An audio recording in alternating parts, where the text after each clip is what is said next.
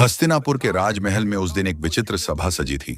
धृतराष्ट्र के पुत्र दुर्योधन, दुर्शासन, शकुनी और कौरवों के सभी भाई अपने चाचा शकुनी मामा की चालबाजी से भरे मन के साथ बैठे थे। वहीं दूसरी ओर धर्मराज युधिष्ठिर अपने चारों भाइयों भीम, अर्जुन, नकुल और सहदेव के साथ उपस्थित थे। सभा में पासे का खेल प्रारंभ हुआ।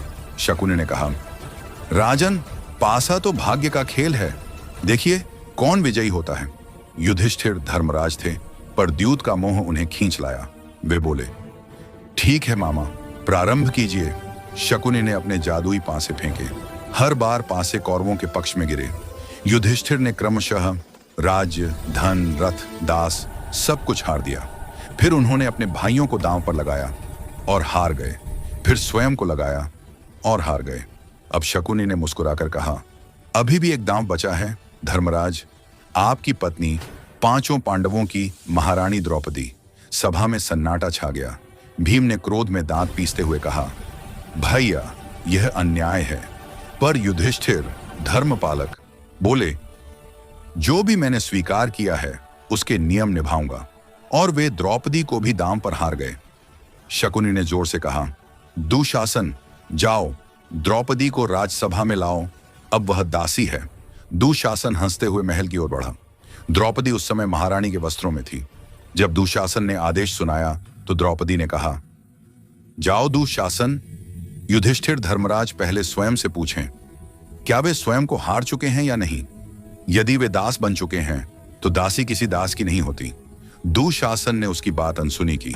वह बोला, दासी को आदेश मानना चाहिए, और द्रौपदी को खींचते हुए सभा में ले आया। सभा भवन में मौन छा गया। महान पुरुष भीष्म, द्रोणाचार्य, विदुर सब उपस्थित थे, पर कोई भी अन्याय के विरुद्ध मुख न खोल सका। द्रौपदी कांपती हुई परंतु दृढ़ स्वर में बोली, हे सभा में बैठे महात्माओं, कहिए, क्या धर्मराज अपने आप को हारने के बाद मुझे हार सकते हैं? क्या मैं दासी हूं या महारानी? भीष्म ने सिर झुका लिया, बोले, धर्म बड़ा सूक्ष्म है पुत्री। दुर्योधन ने हंसते हुए अपनी जांघ थपथपाई। आओ द्रौपदी, यहां बैठो। भीम का रक्त खौल उठा। दुर्योधन, तेरा यह घमंड मैं तेरी जांघ तोड़कर मिटाऊंगा। लेकिन सबसे घिनौना दृश्य तब हुआ जब दुशासन ने द्रौपदी के वस्त्र खींचने का प्रयास किया।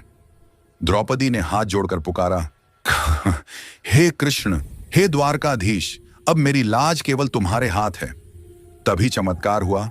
जैसे ही दुशासन ने वस्त्र खींचा, वस्त्र बढ़ते ही गए। कितना भी खींचे, द्रौपदी का वस्त्र कभी समाप्त न हुआ। सभा स्तब्ध थी। वह दिन साक्षी बना, ईश्वर स्वयं धर्म की रक्षा के लिए अवतरित हुआ। अपमान का वह क्षण द्रौपदी के हृदय में अग्नि बनकर धधक उठा। वह कांपती आवाज में परंतु प्रचंड तेज के साथ बोली, हे दुशासन, आज तूने मेरी लाज पर हाथ डाला है। मैं शपथ लेती हूं, जब तक तेरे छाती का रक्त अपने केशों से नहीं धोऊंगी, तब तक ये खुले बाल नहीं बांधूंगी। सभा मौन हो गई। हर ओर भय छा गया। भीम ने वहीं प्रतिज्ञा ली, मैं तेरी यह शपथ पूरी करूंगा। जिस दिन युद्ध होगा, दुशासन का रक्त तेरे चरणों में लाऊंगा। दुर्योधन और उसके साथी ठहाके लगाते हुए सभा से निकले, पर यह हंसी उनकी विनाश की घोषणा थी। वर्षों बाद जब महाभारत का युद्ध आरंभ हुआ, हर योद्धा अपने संकल्पों की पूर्ति के लिए मैदान में उतरा।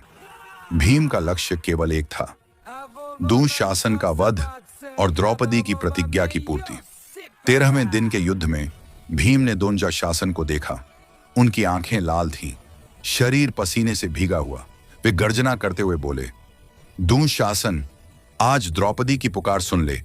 तेरी छाती का रक्त आज उसके बालों को धोएगा। भय से दुशासन कांप उठा, पर भीम ने उसे पकड़ा, अपनी गदा से उसके वक्ष को चीर डाला। वह बोला, हे द्रौपदी, देखो, यह तेरे अपमान का उत्तर है। भीम ने दुशासन की छाती से रक्त लेकर उसे द्रौपदी के सामने अर्पित किया। द्रौपदी ने अश्रुओं में मुस्कुराकर कहा, अब मेरे केश शुद्ध हो गए। धर्म की जीत हुई है, अधर्म नष्ट हुआ है। कुरुक्षेत्र का 17वां दिन था।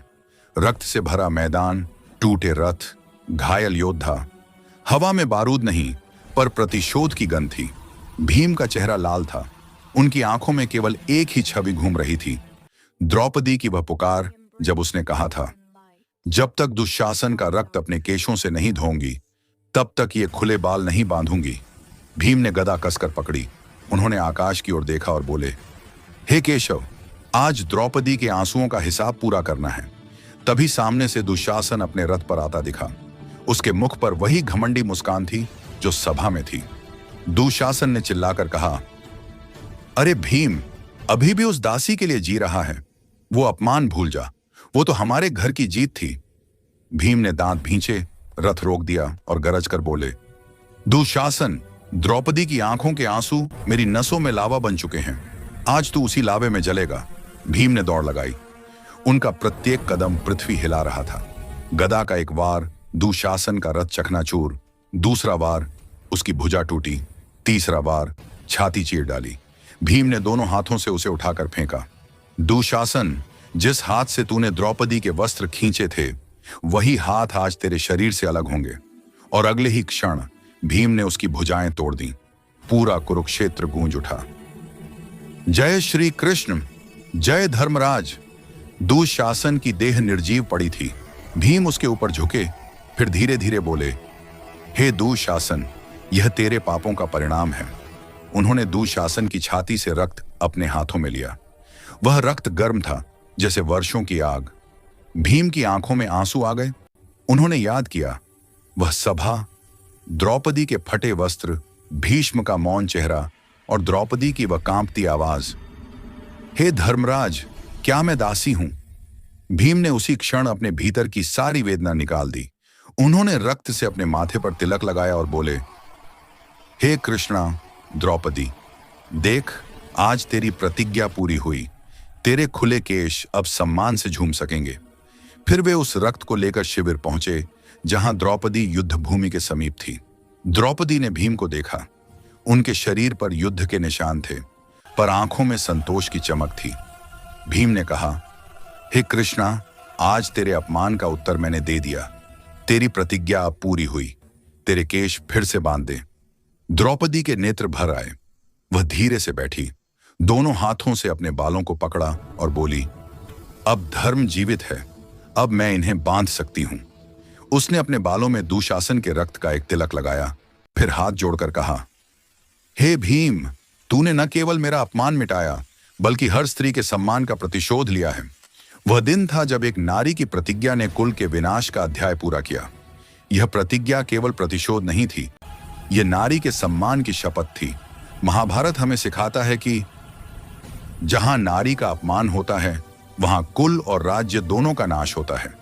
द्रौपदी की प्रतिज्ञा केवल दुशासन के रक्त से नहीं पूरी हुई, बल्कि पूरे कुरुवंश के अंत से हुई, क्योंकि जो धर्म के विरुद्ध जाता है, वह स्वयं ही अपने विनाश को आमंत्रित करता है। द्रौपदी की यह कथा आज भी नारी शक्ति, आत्मसम्मान और न्याय के लिए प्रेरणा का प्रतीक है। उसकी प्रतिज्ञा केवल शब्द नहीं थी, वह युगों तक गूंजने वाली पुकार थी। स्त्री का सम्मान ही धर्म का सम्मान है। अगर यह कहानी आपको पसंद आई हो तो वीडियो को लाइक करें, कमेंट करें कि आपको सबसे शक्तिशाली पल कौन सा लगा और सब्सक्राइब करें ऐसी ही पौराणिक, देव कथाओं और वीरता से भरी कहानियां सुनने के लिए। आपसे सवाल, अगर आप द्रौपदी की जगह होते तो क्या आप भी ऐसा ही प्रतिशोध लेते या क्षमा को धर्म मानते? नीचे कमेंट में बताओ, तुम्हारा जवाब क्या है?